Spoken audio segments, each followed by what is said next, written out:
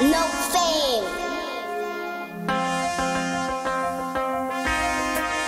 Just a fortune.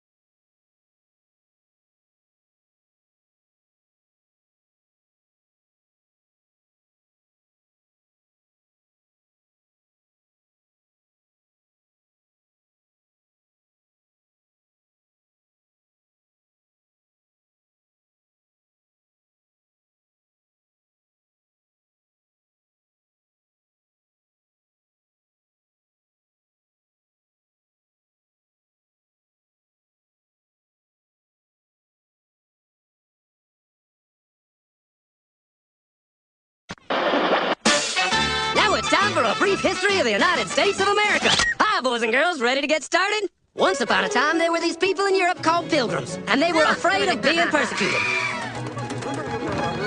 So they all got in a boat and sailed to the New World where they wouldn't have to be scared ever again. Oh, I'm so relaxed. I feel so much safer. But as soon as they arrived, they were greeted by savages, and they got scared all over again. Indians! So they killed them all.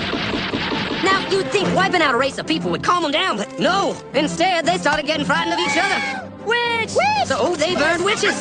In 1775, they started killing the British so they could be free. And it worked, but they still didn't feel safe. So they passed a Second Amendment which said every white man could keep his gun. I loves my gun. Loves my gun. Which brings us to the genius idea of slavery. You see, boys and girls, the white people back then were also afraid of doing any work. So they went to Africa, kidnapped thousands of black people, brought them back to America, and forced them to work very hard for no money.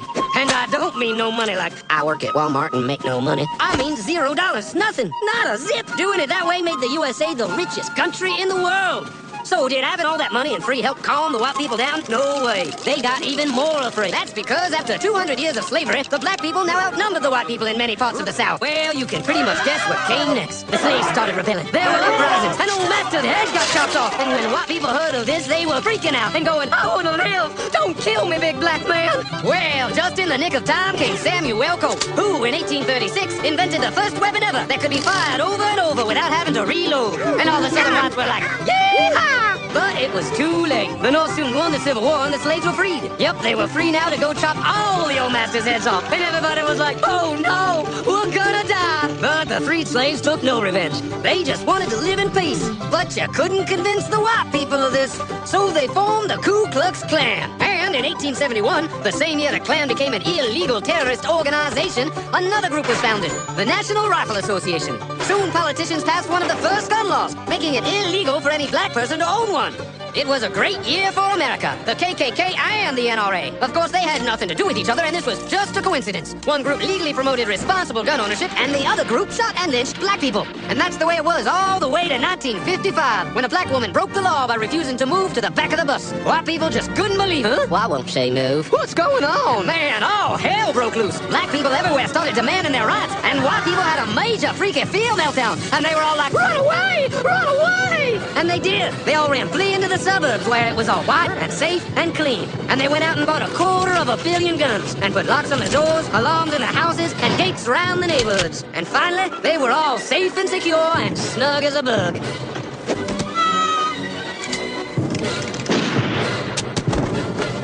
And everyone everyone lived happily ever after.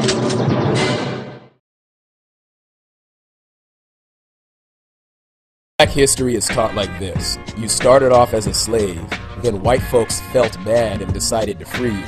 Then civil rights legislation made you equal. And finally you achieved victory with Obama's election. The end. Of course that is ridiculous. That is the white supremacist version of black history. The end result of this miseducation is that black children are separated from their own people's legacy and historical achievements. Everybody in the world has the right to draw inspiration from their own people's legacy. And this right is robbed from black children because their history is actively hidden, distorted, and replaced with make-believe. For this video, we will carefully cover the facts on how black people became liberated from American chattel slavery. The miseducational system has taught us three gigantic myths about the freeing of the slaves. The first myth is that there was only some slave rebellions here and there, but not any kind of large-scale military resistance to slavery initiated and carried out by black men. The second myth is that any slaves who wanted freedom basically fled north to be granted freedom. The third myth is that the Civil War was the primary event that ended chattel slavery. The reality is that there was a series of battles, revolts, and rebellions that lasted from 1739 to 1858. This was the Gullah Wars. That is more than 100 years of warfare totally hidden from the American history books. A lot of this history was disguised as the Seminole Wars. First of all, the Seminoles were not a real Native American tribe. They were Native Americans allied with and often led by black Africans. Seminole literally means runaway. Maroon means fugitive. Gullah refers to the black Africans. The Emancipation Proclamation was a staged event, and it was designed to stop and historically hide the self-liberation process of Africans in America. Africans were brought into the Anglo-American New World Order.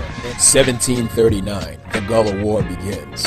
Carolina was about to pass the Security Act, which would require whites to be armed more often to prevent a slave uprising. So the slaves decided that this was the time to strike. About 20 of them went to the local store, stocked up on guns and ammo, killed the shopkeeper, and began the Stonewall Rebellion. The rebels marched, and as they marched, their following grew larger and larger. They chanted out liberty as they marched, chasing the slave owners, killing them, and burning their houses down. After the rebellion, South Carolina passed the Negro Act, which prevented a future rebellion by limiting the rights of the slaves. From that point in time until 1812, the Gullah were fighting continuous battles against the state militia in Florida. Spain was fighting against the American colonists for land in Florida. The Spanish started arming the Gullah and providing them with military training. The Gullah used this military equipment and training to defend their own free, independent black towns. The first black town in North America was called Garcia Real de Santa Teresa de Mose. It was built by the black man and officially recognized later by the Spanish Lieutenant General Montillano in 1738. This black town was a place that slaves could escape to have their own land and receive military training. 1814, Andrew Jackson defeated the Native American Creek Confederation. He imposed on them the Treaty of Fort Jackson, which basically stole their land. So Chief Sakafoka led thousands of his warriors to Florida and joined forces with the mighty Gullah Nation. The so-called Indian Wars were actually the Gullah Wars. General Thomas Jessup said, "Throughout my operations I found the Negroes the most active and determined warriors, and during the conferences with the Indian chief, I ascertained that they exercised an almost controlling influence over them. This, you may be assured, is a Negro and not an Indian war." 1816, the Battle of Negro Fort. Negro Fort was a structure built by the British and occupied and led by black Gullahs. Andrew Jackson ordered Colonel Clinch to destroy Negro Fort. After they destroyed Negro Fort, Andrew Jackson ordered the torture of the leaders and the enslavement of the black captives. This was a historical turning point in Gullah military strategy. The Gullah leaders who escaped decided that they would never again use the British strategy of fighting from a fixed fortified position. They decided instead that they would return to using the traditional Gullah method of guerrilla warfare, which involved striking and vanishing, luring the enemy into strange areas. The forest, the pasture, the swamp. They had the advantage with decentralized warfare because they knew the land better. As more and more slaves fled south for freedom, thousands of U.S. soldiers died at the hands of the superior Gullah warriors. 1818, the Battle of Suwanee. A stretch of towns along the Suwanee River was occupied by a series of self-sufficient Native American and Gullah colonies. Once again, General Andrew Jackson came to terrorize and invade them. The Gullah and the Native American warriors, allied in the swamps, inflicted heavy damage on the invading army. Andrew Jackson was defeated by the Gullahs, however he fraudulently claimed the battle as a victory. After the Gullah warriors and their allies disappeared into the swamps, Andrew Jackson exacted revenge against them by slaughtering a nearby settlement of their women and children. The killing of women and children was the only victory Andrew Jackson achieved in the Battle of Suwanee. This black history was actively hidden. Whenever the word black or Negro or African were mentioned in war reports, the words were simply omitted or replaced with an asterisk. The Gullah Wars were also hidden from the newspapers so they wouldn't scare away potential European settlers. Real American history shows that the black man was destroying the institution of slavery. 1822. The resistance had grown completely out of control of the United States government. In Charleston, South Carolina, almost all the slaves in the area had joined a movement to carry out a massive slave revolt. What white people had not considered is that every time you capture a free Gullah warrior and sell him into slavery, the Gullah warrior will only spread his own knowledge amongst the new slaves he's living with. This rebellion was to be led by Denmark Vesey and his lieutenant Peter Poyas. 9,000 slaves were planning to revolt that day. However, the revolt never actually took place because cowardly black people involved with the movement informed the white colonists of these plans. Everyone involved ended up being executed or sold away to another plantation. 1835, the victory over the King Fort Relief, otherwise known as the Dade Massacre. The reason it was recorded as a massacre instead of a battle was to hide the fact that it was a legitimate military victory for the Black Gullah. Also in 1835, the U.S. Army suffered another defeat at the Withlacoochee River, forcing General Gaines to leave Florida. 1837, Colonel Taylor claimed the Battle of Lake Okeechobee as a victory for the United States. In reality, the Gullah warriors and the Native Americans had already started fleeing the area and spreading the Gullah resistance to other parts of America. The real war that ended slavery was not the Civil War, it was the Gullah Wars. It was Native Americans and black Muslim Gullahs against the white Christian colonists.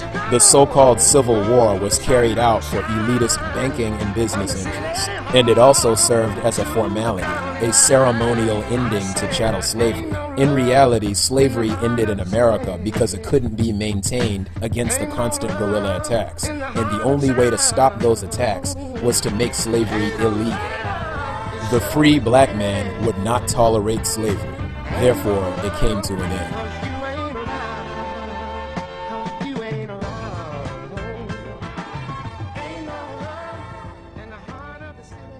And what we're trying to do, knowing that people are lighting on our people quickly because the world politics is changing. Right now, the state of mind that our people are in, they are what you call a breeding ground for opportunists. That's only because they haven't been taught. They're still little boys and girls. Of course, their ego is in front of that because they're grown men. You can't tell them anything, and it's understandable you let them have that. However, the world is feeding off of them. And the conditions of our like this is setting the course of our events in our sociology. Because when we walk down the street, they assume any one of us is Negro. And they treat us accordingly, and then we have to go through all this BS to prove ourselves because our brothers and sisters, by a mass degree, are incompetent. Because there's a set of rules of laws, the Black Codes and the Negro Acts that go with such persons. And since there's so many of them that are in this category, they're just assuming that everyone that looks like this is a Negro, which is a classification. And then most of them are openly saying that they're black, which is an oral contract. But they don't know that because others have been teaching them that that's a nation in Africa. The fact that they're even convoluted with it at all in law makes them what you would call dead in the eyes of law. Because the laws that govern humanity come from nations. It doesn't come from a box of crayons. So how do you argue with a man who thinks that crayons is how people are identified, and then another man knows as nations, and then he's sitting there debating with him what black people are and all this stuff and trying to defend it? For you to stand there, even arguing with him, indicates that you got two donkeys. No, in law. However, that's your brother, and you love him, you don't want him to go into that, but he want to fight you because you won't call him black. He thinks that you're attacking him when actually you're attacking the brand that the Europeans use to steal his birthright. Meanwhile, he's talking about power that he don't have. It's an oxymoron. People, Negro, black, and colored are classed together because it's a classification of people who have no rights. The brandings is to keep them divided from each other. Because if they all went in one direction, they would be empowered, even under a brand. Do you understand what I'm saying? Although there would be certain limited international rights, they would have power, even if they all agreed to the same brand. But they don't even know it's a brand. And they don't know that the brand disallows them to inherit anything. So we're looking at things right and wrong morally. You know what's right and wrong by your nature. You know something's done wrong to you or someone's mistreated. And we're looking at the moral argument and think that the moral argument therefore puts us in the category of right, when the status is not right. Well, when the status is not right, the right law don't apply to you. This is what people are not doing. So without a proper legal status, i.e. status, rank in society, your capacities and your incapacities to exercise liberties in any society on the planet. It's not just here. Our concepts about some of these things are being told. A lot of times our people think that that's just our opinions for this moment that they're learning now. These principles that we're expressing are Rotarian. What is Rotarian? That means universal. Our people don't understand these principles yet because no one has challenged their mind with these principles because they haven't been taught law. They don't know anything about status, not that they don't in general, but as a mass, our people have no idea that these things, these status principles, are the first issues at law in any area of civilization. The first judicial issues is status, then you're talking jurisdiction and venue, and then adjudication. They go to adjudication because the status is already neutralized. And they can claim the jurisdiction in a ministerial court even if it has no judicial powers. Because you're under a corporation, you're not under a natural person. This is what's important. This is the subtleties that's very important. We know that they think that white man means a European. That's the assumption annotated, right? That's the assumption. They don't even know that Europeans weren't called white man until the Knights of Columbus Ku Klux Klan oath in 1854 in Philadelphia, Pennsylvania, and Chicago, Illinois. Now, as a matter of fact, when you go into world history, you go into European history, to Europeans themselves. Up into the 1800s, matter of fact, in the early 1800s, not to the mid-1800s, they didn't even refer to themselves even by the jurisdictional national names in general. All Europeans collectively were generally called Christians. Christians, yeah. And this is another thing about history and sociology and anthropology that our people need to be taught because they don't know by claiming to be Christians, they just abandon their birthrights again. Because they think it's a spiritual system. They don't know it's a political system. So if we don't fix these things with our people, we can't fix the other problems, these symptoms, which is rooted in these basic civil problems. They don't know principles of civilization. They just keep on saying, the black man was the founder of civilization. No, the black man is a slave. Because that's what the category is. When you're talking about the Asiatics or Africans that are free people, you must use their national names. The distinction between, say, an African, sorry, you're African, right? Or Asiatic African, right? And if she's not a slave, then if I ask her her political allegiance, she's going to give me her constitution of her nation, she's going to name her nation, and she's going to give me a name that is a pedigree trace or a noble title. If she say black, she's a category, already know that she has no nation. And there ain't no law to protect her. She just confessed it herself. Our people don't know that because somebody told them that human beings are crayons and they believed it. And the rest of them think Santa Claus is real. And bunny rabbits lay chicken eggs on Easter. You don't debate with them and you don't try to argue with them. You try to explain if they'll listen. But if they don't, you leave them alone because you can't help them. And there's no need to tell them anything else to law or rights or inheritances because it don't apply to them. Back to the Dred Scott case, in principle.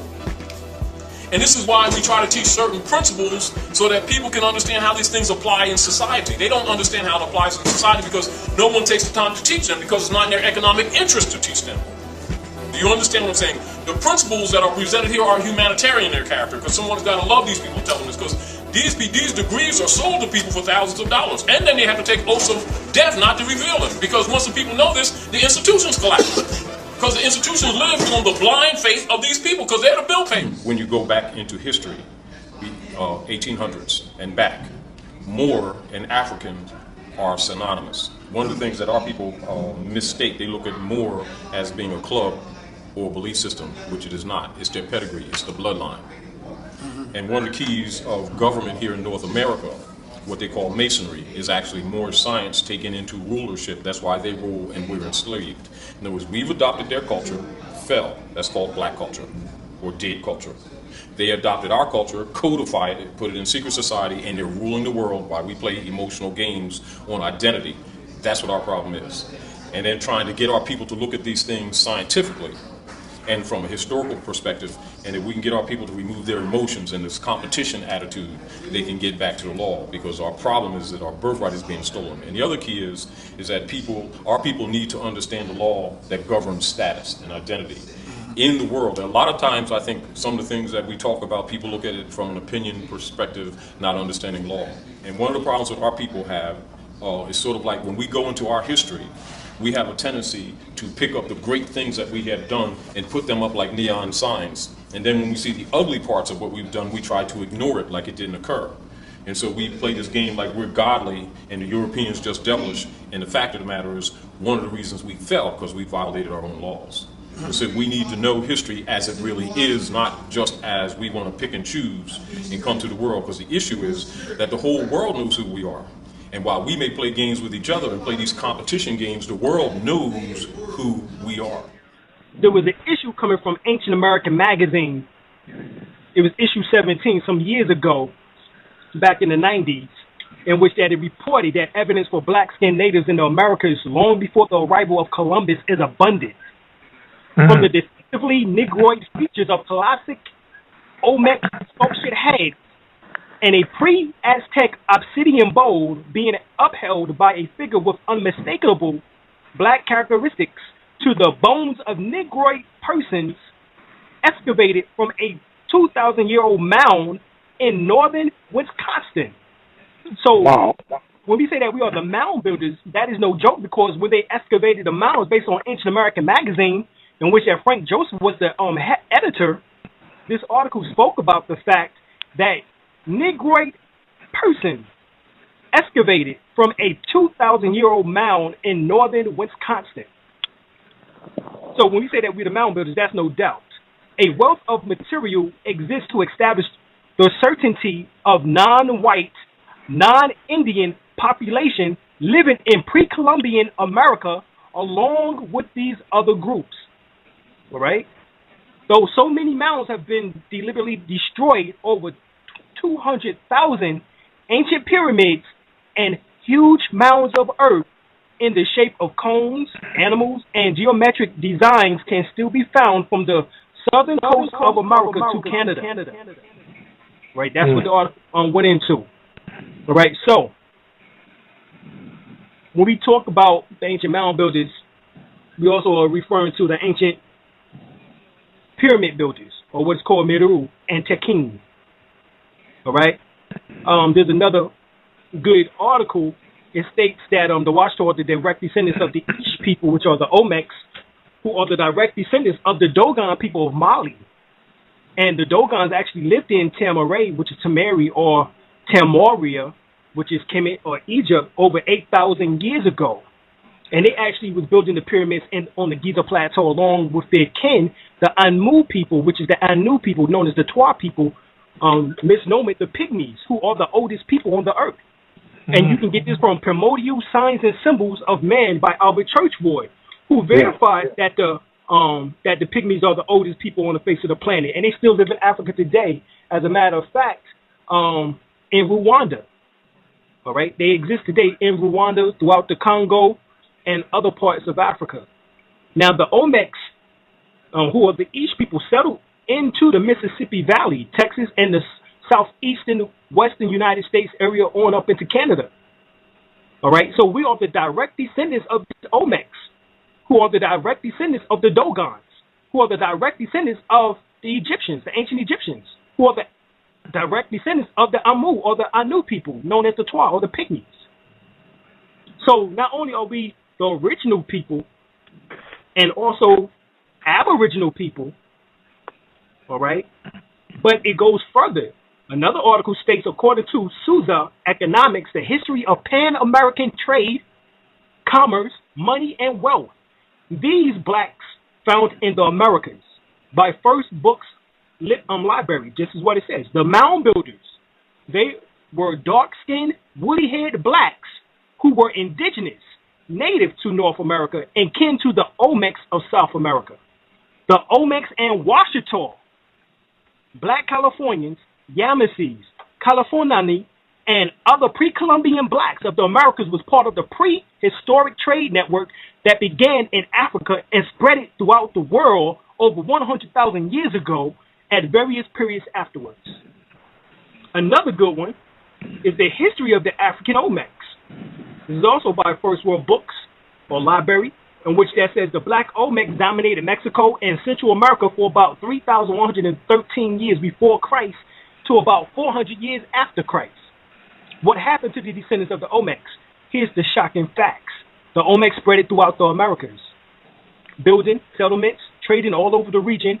Many remained in Mexico, some mixed out of existence, a sad trend that led to the disappearance. But if you go to Mexico today, you will still find descendants of the Olmecs, especially from Tabasco, La Venta area, even all the way up into Cancun. The vast majority left their settlements and returned to trading and maritime activity between Africa and the Americas by the time Columbus visited.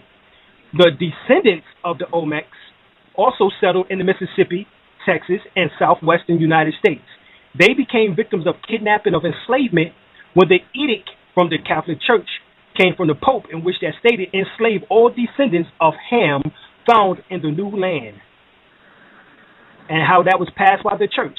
Hence, today in the Americas, the present communities of blacks from Brazil to Canada are a mixture of Olmecs, Washita, Californiani, which is black Californians, Yamassees, Gullah, Black Carib, and those slaves brought to the Americas after Columbus. The Olmecs never disappeared, but moved to remote parts of Central America and Mexico, or were turned into slaves in what became known as the United States. Many of the Ish or Olmecs became victims of kidnapping, from enslavement, and some remained in Mexico. Right? But once again, it says the vast majority of them left their settlements and returned, all right, to trade. Now, check this out. It says the Olmecs, Washita descendants spread it throughout the so-called Americas and the various areas that we said, but it's also said the Caribbean islands, which is the Bermuda Islands, Jamaica, Haiti, the Bahamas, Trinidad, and Barbados. They even settled Easter Island. They set up colonies on the Caribbean or the Caribbean islands and became known as the Arawak. They were the people Christopher Columbus' crew encountered. Okay? They was the crew. They was the people that Christopher Columbus' crew, because Christopher Columbus in his diary stated that a so-called black emperor met him at the shore when his crew, arrived. And he spoke Arabic, Hebrew, and Chaldean. Wow. Now, they was in Cuba, and they said they saw a mosque on top of a hill. Now, this is based on Christopher Columbus and his son's diaries. So these were the people that Christopher Columbus' crew encountered. The Arawak mixed in with the Portuguese, Spaniards, the British, to produce the Taino tribe. The Taino, who is known as the Puerto Ricans. Yeah. All right. Yeah. But there ain't no such thing as port riches. You know what I'm saying? How can you be a port riches? You know what I'm saying? You saying that your nationality is a port rich? And then the people pick up the name and want to call themselves that instead of Taino, which is related to the Arawak, which is the Olmec. Or Moreno. Right, the Dogons, the Egyptians. The Pygmies, what's known as the Twa people, you have a rich heritage and culture, and you want to be called a goddamn poet. Here it is. Alphonse D. Courtrevis, anthropologist of the Museum of Natural History in Paris, identified in his book called The Human Species, written in 1905, that the black inhabitants were found in small numbers in isolated areas in America. Some examples were the Yamasee of Florida, which became known as the Seminoles, all right, the Choris of Brazil, the Black Caribs of St. Vincent of the Gulf of Mexico, and Black Sunni of present-day Arizona and Mexico. All right, now the Black Sunni was known as the Fossums, and it's a known fact that the Fossums, based on National Geographic, they have been here since 75,000 years ago. Wow. Okay? So, instead of identifying with a rich history, you know, once again, our people have a tendency of wanting to be something else. So here it is, another good book, African and Native Americans, written by Jack B. Forbes. His book showed that Indians were shipped from Spain and sold. Now check this out. Now, how the hell did the Indians get to Spain? Right. Now, let's explain. Over 3,000 indigenous Moors, so-called Indians, were known to have been shipped to Europe from America between 1493 to 1501 from Columbus expeditions. These so-called Native Americans or Indians were classified as Negroes and blacks in the slave books of Seville, Spain, and elsewhere. So they've been changing our names a long damn time. They've been changing our names for the last 500 years. From Indians, Native American, Negroes, blacks, colored, African, Afro-American, African-American. Imagine how that name buckle would look. Right. Now, you go to on page 23, Forbes goes further. He says he reports that slaves from Terra Nova. Now, what Terra Nova is? Y'all know what Terra Nova is? No, I don't. He said slaves from Terra Nova showed up in the slave market of Seville, Spain, and Valencia very soon after 1500.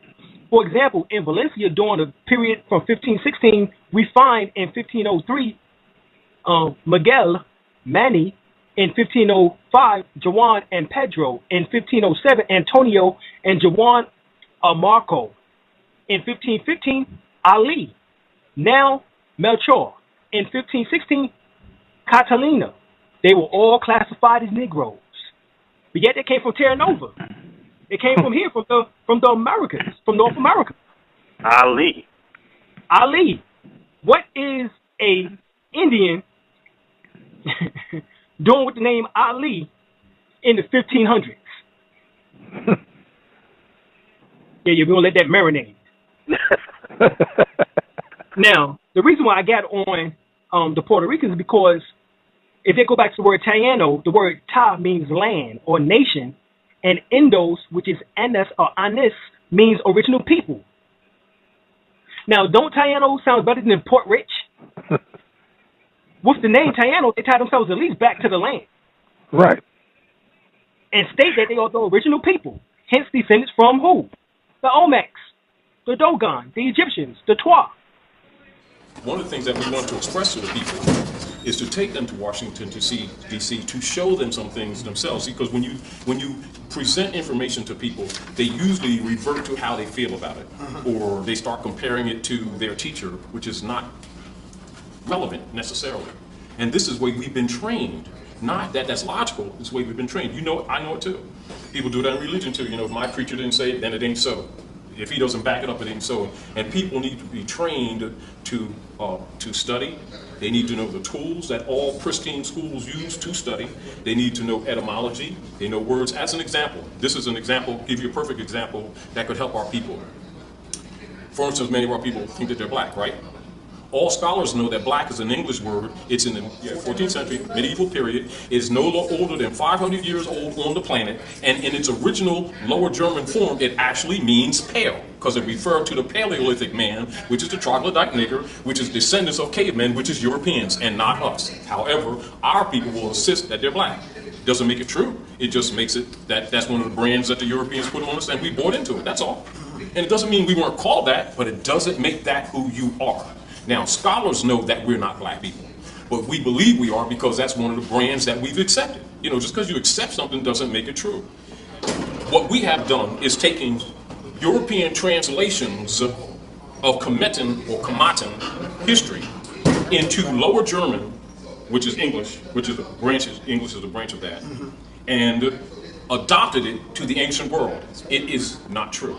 Now, when you go into ancient Kematen culture and you deal with Sar, Set, when you deal with Ma'at, all those principles, all of those are cosmological forces given personalities. And this is another violation that we have made with our own people by not telling them that truth. I'm telling you what it is now. What people accept or not, that's on them.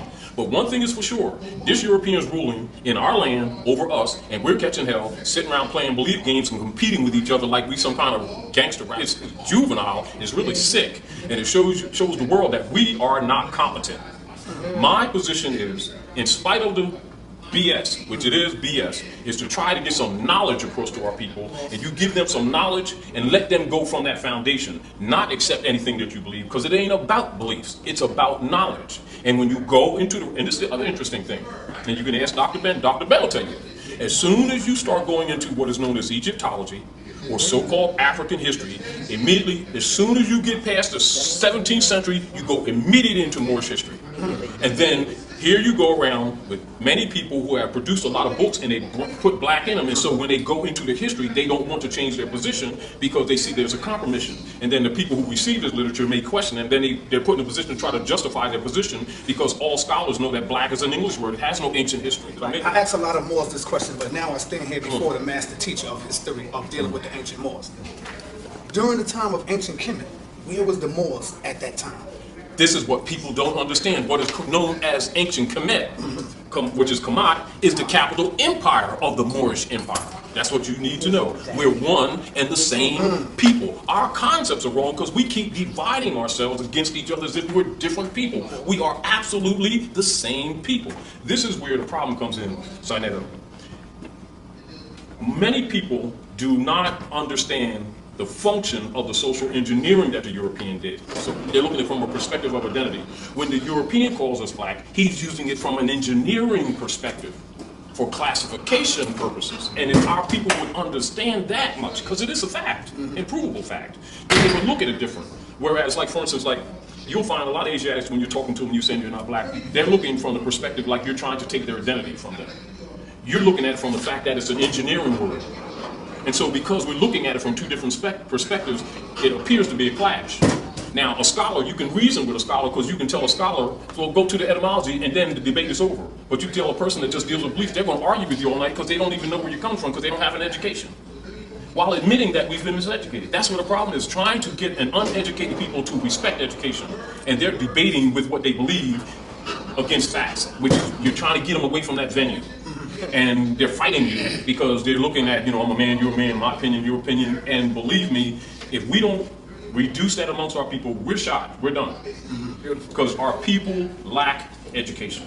And and this is key, every Asiatic, and this is I'm glad that you placed the issue of Kemet, because this is one of the greater problems with the Asiatics of the North, is that when we go into Asiatic history and African history, we have been trained to hone in just like a tunnel vision, right to Kemet. Wrong concept. When you study African history, if you're not studying world history, you're not studying African history. That is how the European has disconnected us from power, because the concept, we keep looking at concept of root. When I say concept of root, where the root is as if it didn't spread, if it went nowhere else. And so therefore the Asiatics don't relate to the plateaus in Yucatan. Even some of the pyramids, which are older than the pyramids in Giza, they don't relate to that it's their own, because their concept is our relationship here in the North is only from European diaspora, which is a fraud. We was always here. That's right. And then pyramids along the Mississippi that are thousands of years old and much older than the pyramids in Giza. These Asiatics were here just like they was there. And if any Asiatic really wants to understand how to bring our people together, what we need to do, honestly, is get rid of some of our own ancient hatreds and start looking at history for what it really is, and start recognizing that the only reason why these Europeans are ruling here is because of the Renaissance. And the culture of the Renaissance is codified in Masonry. That's right. And the Moors brought that Renaissance to Europe. Yes. And that's why the Constitution, that's how that Constitution that is governing now has a relationship to our people and to Kamat that they don't even look at from that perspective. They keep looking at the power here as something totally separate from Kamat. That's where we make our mistake. Our greatest mistake is assuming that because you and I, you understand, put on an ankh or wear our colors, you understand what I'm saying? And think that we got something on this European. This European got the top, most sublime level of Kamatan psychology, Kamatan symbiology, Kamatan etymology, Kamatan orthology, Kamatan symbolism, Kamatan philosophy, and know more about Taudi, Diueti, that they call Tahuti, that they call Hermes Trismegistus, which is the culture of our people that our people then played off because they want to be believers.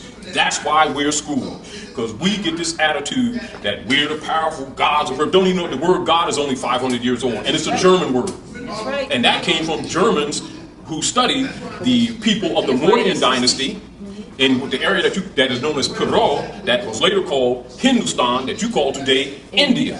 And the first ones who studied us were called Aryans. That's where the European got the term Aryan. It ain't no race. It is the first students of Kodam who studied you. And that culture they called Got, from which the word God came from.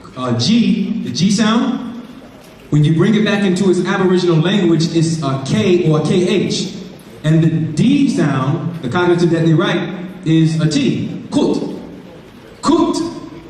Like Aku, which is the word for the pyramid, or Kut. Kut was the word that meant spirit, okay? And this is a Kemetic word. Kut, God, God. The words that became handed down to the Europeans had an aboriginal and an indigenous meaning. So when we say Kut, Kut, we meant spiritual essence. We're looking at Europe even owning Europe. They don't even own Europe. Even that is yours under the Druids.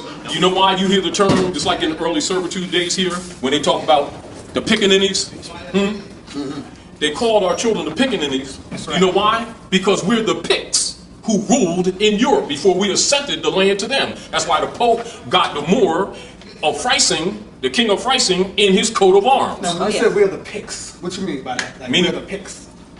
Now, the Dubs, the Picts, that's why our people need to know all history. Because these are the same people that brought the culture from what you call Kemat. Because we ruled there too. Our concepts are wrong. We are the Druids. And that Stonehenge is an astrological observatory chamber. That's ancient.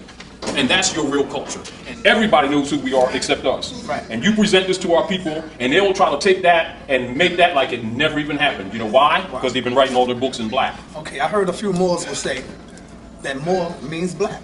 Is They'll that say true? means. Now, let's look like this. I'm gonna show you this. They'll tell you that Kemet means black. Then they'll tell you that Ham means black. Then they'll tell you that the Ankh means black. Then they'll tell you that Moor means black. Then they'll tell you that Moroccan means black. Then they'll tell you Ethiopian means black.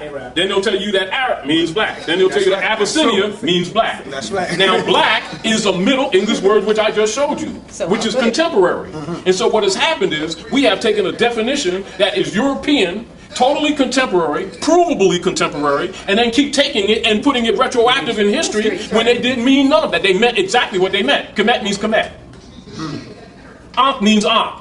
It's a regenerative geometrical symbol of the uterus and the fallopian tubes in the birth canal of women, because all Asiatic culture were matriarchs and not patriarchs. And what happens is we keep going into Asiatic history with a patriarchal mind from the patriarchs of Rome, and then going into our so-called divine, sublime, Kamatan history with that patriarchal mind. That's why we're so damn corrupt. And then we're so damn hypocritical, we don't want to accept it because we think somebody's going to take our balls off. No, that's what's wrong with us. We're full of it. You know, because we got issues. And that's the truth. And people need to tell us to our face that, you know, we punked out. Because we're scared because we don't know how to handle women, so we keep on trying to dominate them like the Christians did when they took over and destroyed the matriarchal system. That's what the patriarchy is all about. And if the people don't believe it, they need to go into European history and let the European tell them themselves, because he got it written down. He didn't hide it. He even got it in the King Alfred plan. And you already know King Alfred is a military plan, and it wasn't meant for public review. And even when they issued it heavily redacted, and even then only pieces here, and then it takes scholars to really pick through it to really kind of understand, even though you got the concentration camps and other things like that. But let's look at this reality.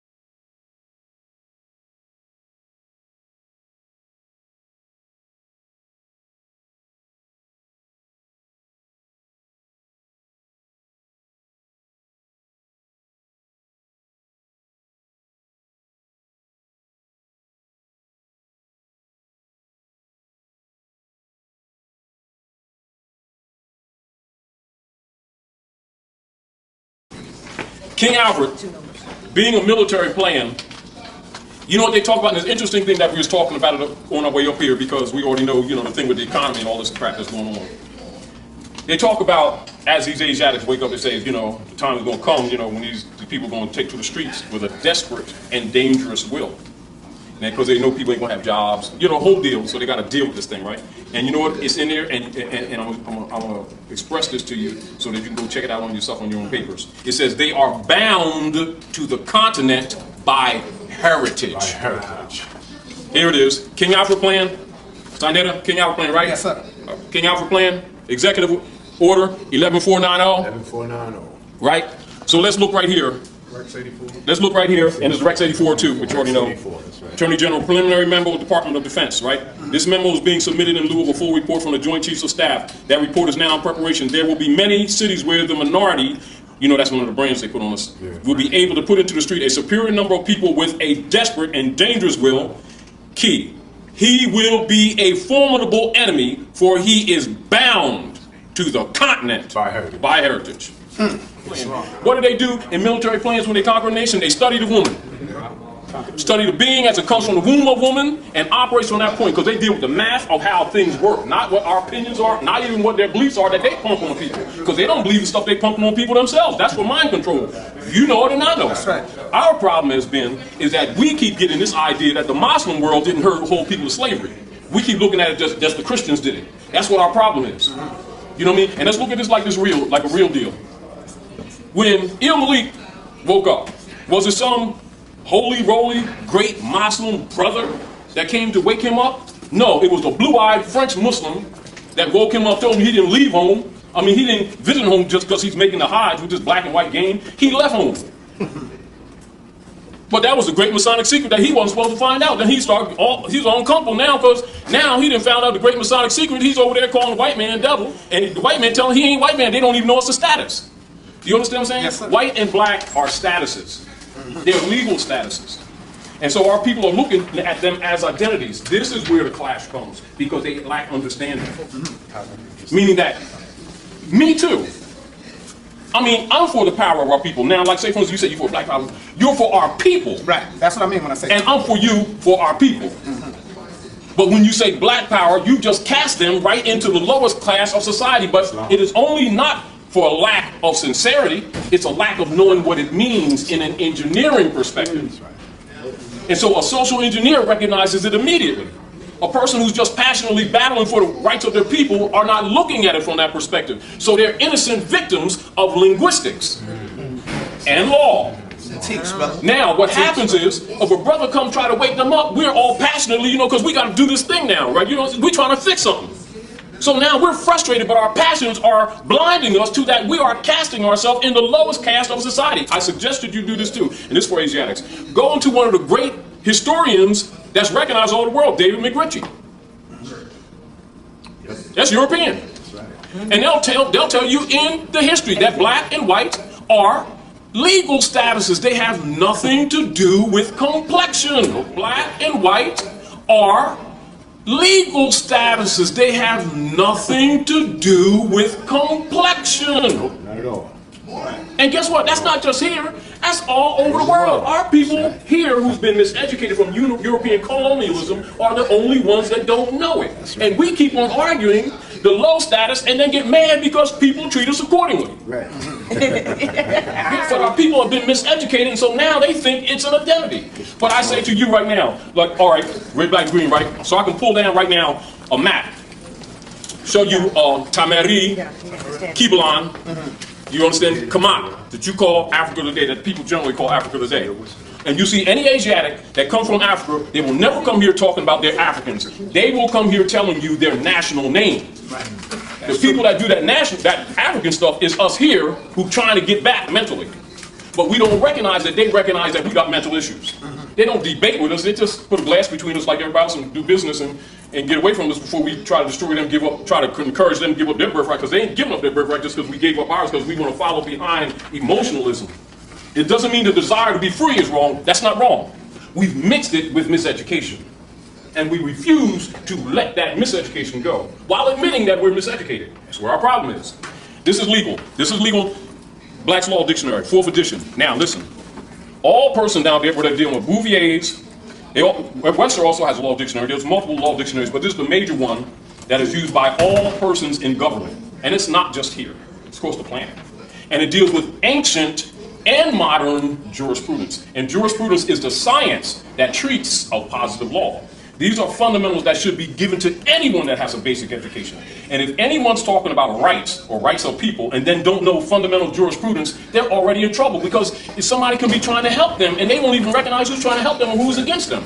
This is where our problem is. And so it frustrates people who may come amongst us and try to help us, and we start getting all defensive and hostile when actually they're reaching out to us, only because we don't understand the language. And if it's not something that we're not familiar with hearing in the hood, we reject it. But that's wrong. We must understand we're in the hood because it's a caste system. But if our forefathers were ruling, we would not be in the hood. We'd be in the university.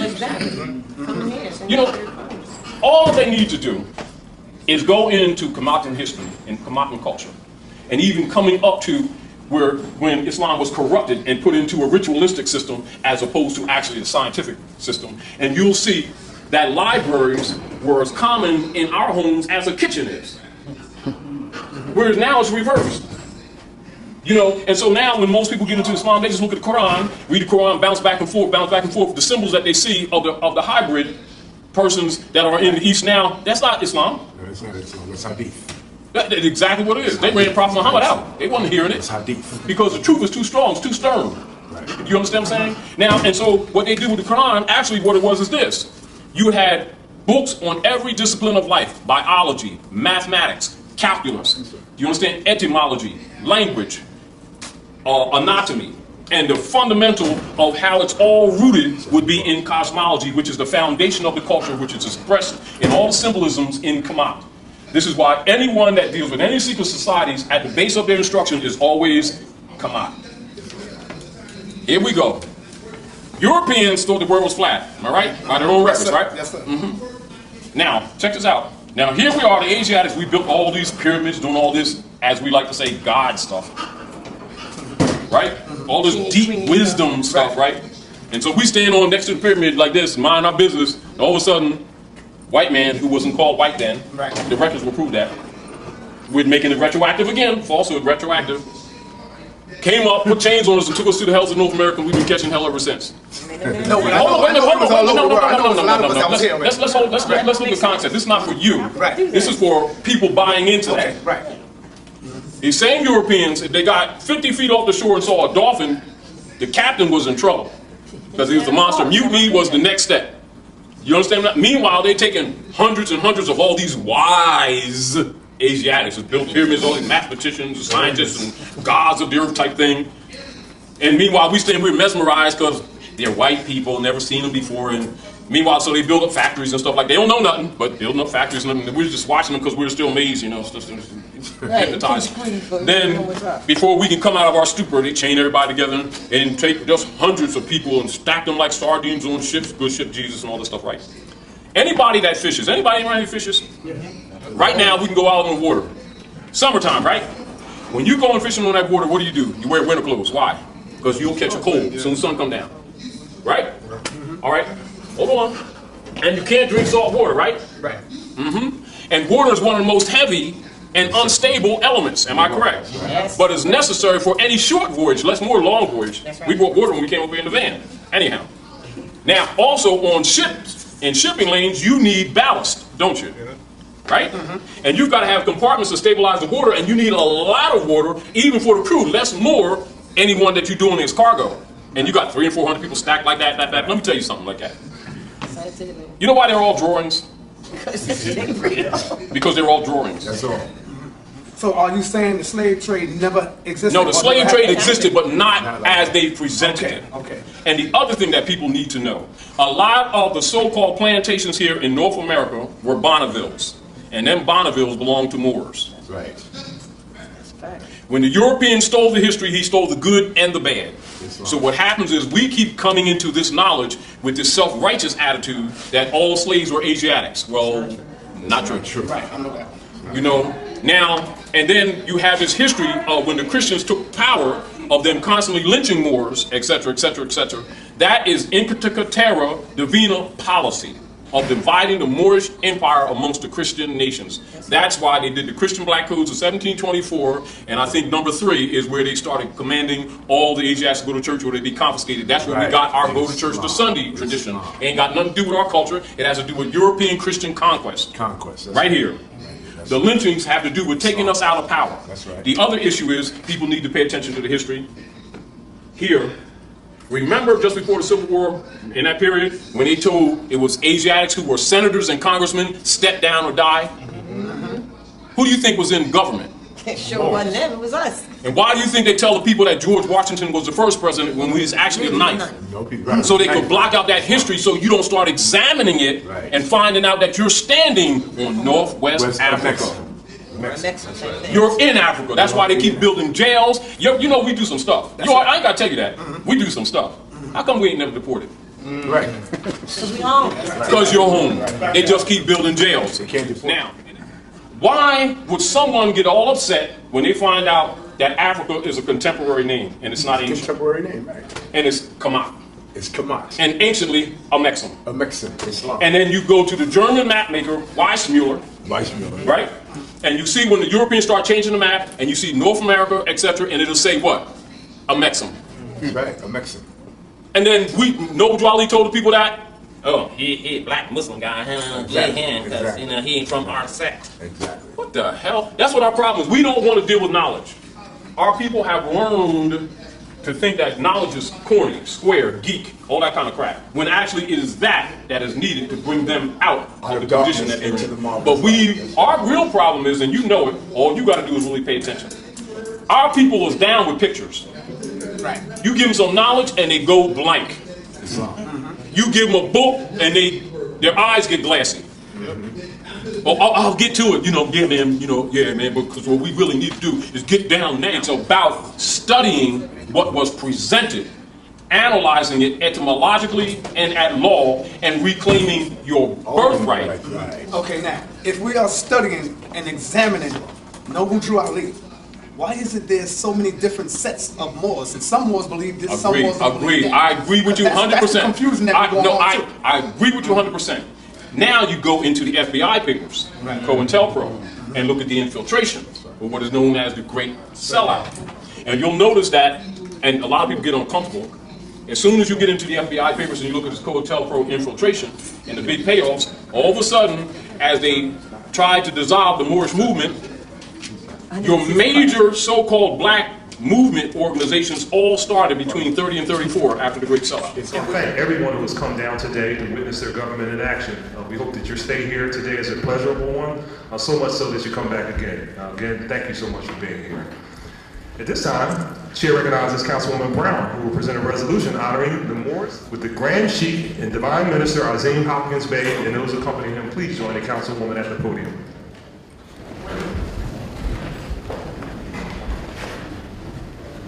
To colleagues and guests, Mr. President, it's a great pleasure to present this resolution on behalf of our colleague, Councilwoman Marion Tasco, wherein we will be honoring the Moorish Science Temple of America on its 100th anniversary. Whereas the Moorish Science Temple of America was founded in 1913 AD by Prophet Noble Drew Ali for the express purpose of uplifting fallen humanity, teaching their members their nationality and divine creed. And whereas on July 20th, 1928, the Moorish Science Temple of America was established as the first Islamic religious organization to appoint and consecrate missionaries to propagate the faith of Muhammad in America, thus establishing the Islamic faith in America. And whereas the object of the Moorish Science Temple of America is to help in a great program of teaching those things necessary to make their members better citizens and to rebuild on human needs by dispensing charity and by providing for the mutual assistance of its members in times of distress. And whereas the Moorish Science Temple of America is a divine and national movement dedicated to the purpose of elevating the moral, social, and economic status of its community through the implementation of the specific grand principles of love, truth, peace, freedom, and justice. And whereas the Moorish Science Temple of America, Temple number 11, has existed within the Commonwealth of Pennsylvania and the city of Philadelphia since August 3rd, 1928, and has been faithfully serving and meeting the needs of this community for over 7 decades. Now therefore be resolved by the Council of the City of Philadelphia that we hereby honor and recognize the Moorish Science Temple of America on its 100th anniversary. Further resolved that an engrossed copy of this resolution be presented to the representatives here this morning of the Moorish Science Temple of America as evidence of the sincere sentiments of this legislative body. Introduced by Councilwoman Marion Taxco and supported by all members of the Philadelphia City Council. Congratulations.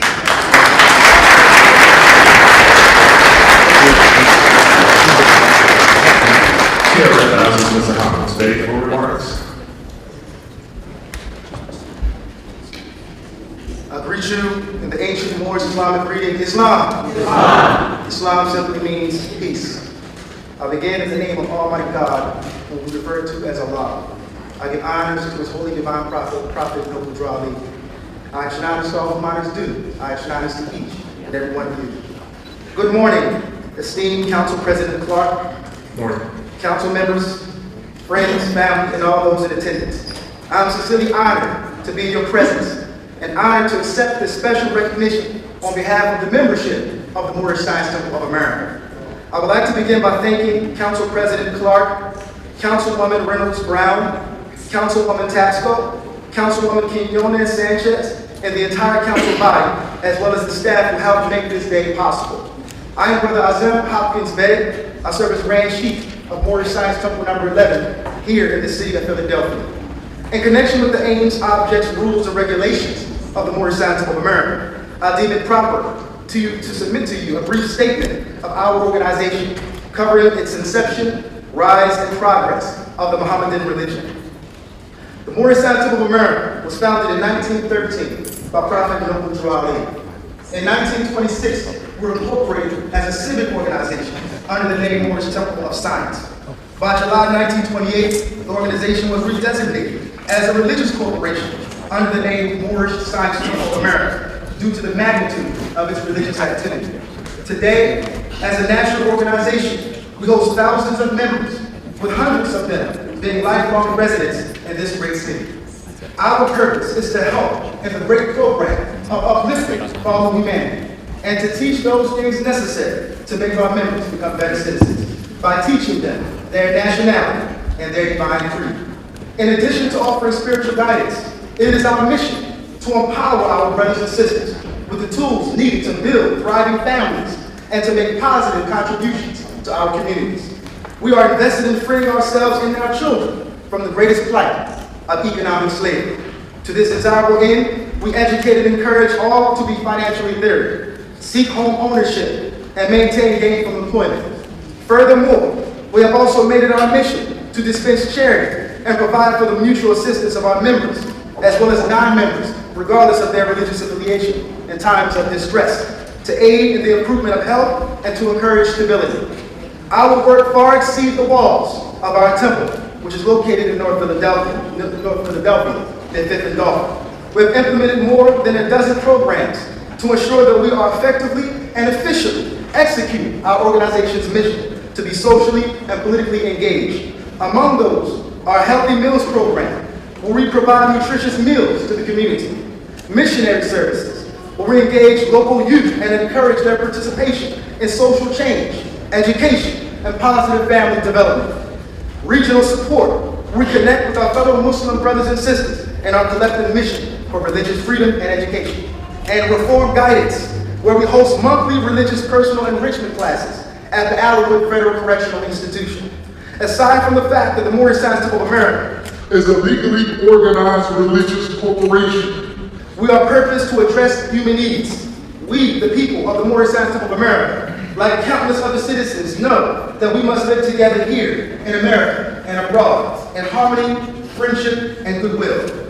Last year, we celebrated our 100th anniversary, reaffirming our commitment to our culture and religion, which engulfs fundamental principles designed to strengthen civilization and posterity, which includes obedience to law, respect, loyalty to government, tolerance, and unity.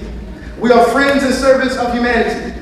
We are dedicated to the purpose of elevating the moral, social, and economic status of our people. We have set about to do this through a wide and comprehensive program embodying the principles of love, truth, peace, freedom, and justice. You know, we don't need to come and know our belief systems. As you can see, every time you get into this God thing, it gets into a whole bunch of generalities and what your idea of it is, and there's a whole bunch of vaguities. Why? Because it is vague. Because the concept is a fraud, and you won't admit the hypocrites that you've been, because you don't know what the hell God is. Now let's stop that. Now, you're morals. The language that we presently use doesn't serve our psychology any justice to describe the unseen realm. Spirituality is African people's power.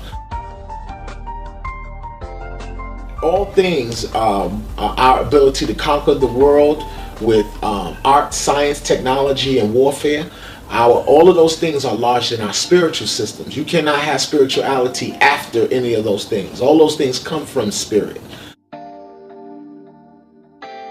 So the adversarial forces that govern the planet and that we call our enemy, they utilize spirituality. That is their first point of reference for anything.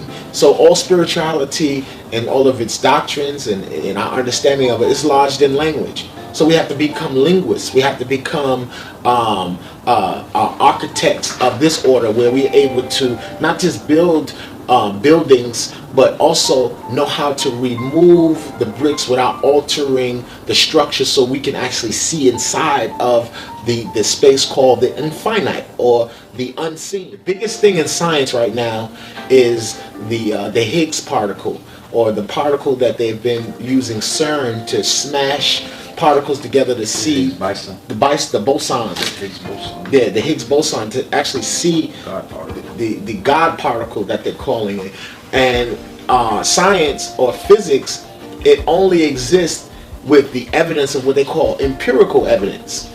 And empirical evidence are things that you can measure realistically in the realm of observation. It's the Higgs particle. They're calling it darkness and dark matter. And it's very interesting that the Western psychology, in the form of Eurocentric thinking, it can only qualify existence and if it sees it, you know. And you can find that clause in Western psychology deeply enlarged in the language that you and I speak. And the reason why my emphasis has always been on Kabbalah and Judaic mysticism is because I am not naive, nor am I ignorant to the fact that we live in Jewish culture. We are dominated by Judaic culture in the ecclesiastic context and the historical and non-historical approaches to understanding the Bible. So it's very significant for me to put the cart behind the horse in order for me to make a travel forward. Unfortunately, many people like the cart in front of the horse and wonder why there's no forward modality. To get forward, we have to understand where we're at, where we came from, and our potential to move forward. So if we understand where we're at in the social construct, understand the underpinnings and the structures of why our society, why do we utilize a sheriff? Why is the sheriff a significant factor in law? Why do police wear stars? Why are stars called stars? Why do people say words like this, good luck? What does good luck have to do with anything? Why do they name products and things after stellar configurations? Why do we wear gods on our clothing and the names of our different attire and all of that? All of this comes from a tradition that got into the modern realm via a religious upheaval. And there were different periods where different cultures had an opportunity to infuse their own ideas into religion. So unfortunately, because we don't get taught the 1,000-year block of 1,000-year block of 8th century African import into Spain, which proliferated science, art, culture all throughout the world, to 1492, people don't understand the African import of why we have a society that we have now. We feel displaced in our very society. We feel like we don't have a role in government, culture, art, science, politics, because historically we have been we've been blindsided and removed from, well, actually it's all historically here. We just don't know which way to go to retrieve the information, to regain the insight, to know that we govern the world in which we have right now. What is mysticism? What is that actually? Mysticism is a word to describe the unseen dynamics. It's derived from the word mystery. Mm-hmm. You look at my watch here. We can see the complications of the watch. Right. The chronographs of the watch moving, but the method of how this watch is actually doing that is a mystery to our peripheral view. We can't see the underpinnings of what's going on until we actually take the watch off, remove the back, and then we'll see in the back of the watch, we'll see a bunch of gears, right, and different elements that perform the physical phenomena of actual movement. You know what I'm saying? So mysticism is the language that describes the unseen dynamics. It's a language that does not explain itself. You know? Would it be fair to say that's something like metaphysics, or no? Totally different. Two different. Mysticism is metaphysics. Okay. The word metaphysics, meta is beyond, and physics is physical. Mm-hmm. So metaphysics is a language of what is beyond the physicality, and that is the very language that our psychoacoustic faculties utilize in order for us to have a reality on a psychological level. We are indulging ourselves in the metaphysical dialogue in our minds all the time. However, when we try to speak what is of the mind, it gets filtered. So you're translating truths. I can stand to say this, that all people are born with an instinct to know everything in the universe. All natural phenomenon, you know them from birth. And if you look at the mystical tale of any of the great historical protagonists, in particular, let's look at Heru. His mother is the first one to actually impart to him any of his great designs and ideas of who he is. And the modality of communication is nurturing. You heard? Mm-hmm. So all of us have the ability to know everything in the universe, but it is a method of nurturing which coaxes that ability for you to have what is one of the words that is used throughout the Bible, but is very, it's never really often explained, and this is the very crux of the Bible. You can find the most significant prophetic figures have this name or this title associated with them, and the word is called Doth, and the word Doth means to know. It means knowing. So it's a faculty that they attribute to specific or particular bloodlines. So you're almost born knowing everything. Now what happens is, as you develop, your psychology begins to become calcified by the regimented lifestyle of adulthood and worrying about mundane modalities of existence. So your all-knowingness, as they give you more language that gets away from spirit, and it becomes the language of commercial affairs, putting you on calendar systems. You know, your mind is not even exercised in those places to actually tap into the unseen. The mystical language, or the language of the unseen, is a series of realities that lie beneath the common one. So if everyone is of common thinking and everybody is just regular, it's really kind of fun to have access to the spirit realm where people don't have access to it. You understand? Well, this is the major thing. How can we apply all this God stuff that we're talking about right now? What can we use? How do you want to feed yourself? This is what, we can talk about what we were and the many names. We know that we were many names. The issue is, what can you apply today that's effective? Now, the last legal title of these people that are called Negro, Blacks, Colored, Latinos, West Indians, whatever they call themselves this week, is more. That's on the records of the planet, of all the governments on the planet.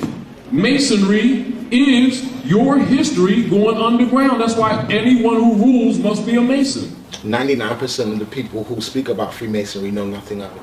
And also, every man in America, black, white, whatever you are, you should know about Freemasonry. If you are a statesman and if you are pontificating as though that you want some sort of power, you should understand the art and science of fraternity. You understand? And you should also be able to indulge yourself in a terse overview of what it requires to get people, several thousands, if not millions of people on the same page. The only method of doing so is initiation. Let's not be naive. You cannot get a group of people, small or large, to do the same thing regimented without creating a through line within their psychology. Freemasonry in 3 stages addresses and inundates white male psychology. The white male population have utilized Freemasonry to put ancient spiritual concepts and modalities of developmental psychology into their own psyche in order for them to take over the world, and have a language that they don't have to speak out loud in front of the non-initiates. They can with gestures, recognition, it's so many gestures that they utilize, you heard, to show that they're creating a house. And they're creating a house, and the house is a proverbial house. It means an intent, you heard? And they're doing it in secret. And you see it, you heard? You give them a nod. They already know the language. Anything that the Negro mind does not understand, it calls it Freemasonic. You know?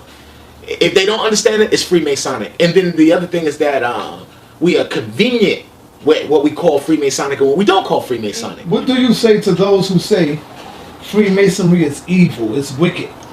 Black people should not be involved in Freemasonry. I don't say nothing to them. I don't say nothing to them. I'm not interested in their sentiments nor their feelings, and it is an indication of their extreme ignorance and lack of understanding of the development of Western culture. And they cannot see their role in it. They do not understand that Freemasonry derives, it is a condensed form of African spirituality. Freemasonry is about theater. It is about the theatrical performance. It is about the ritual performance and the utilizing pomp and circumstance to develop your psychology.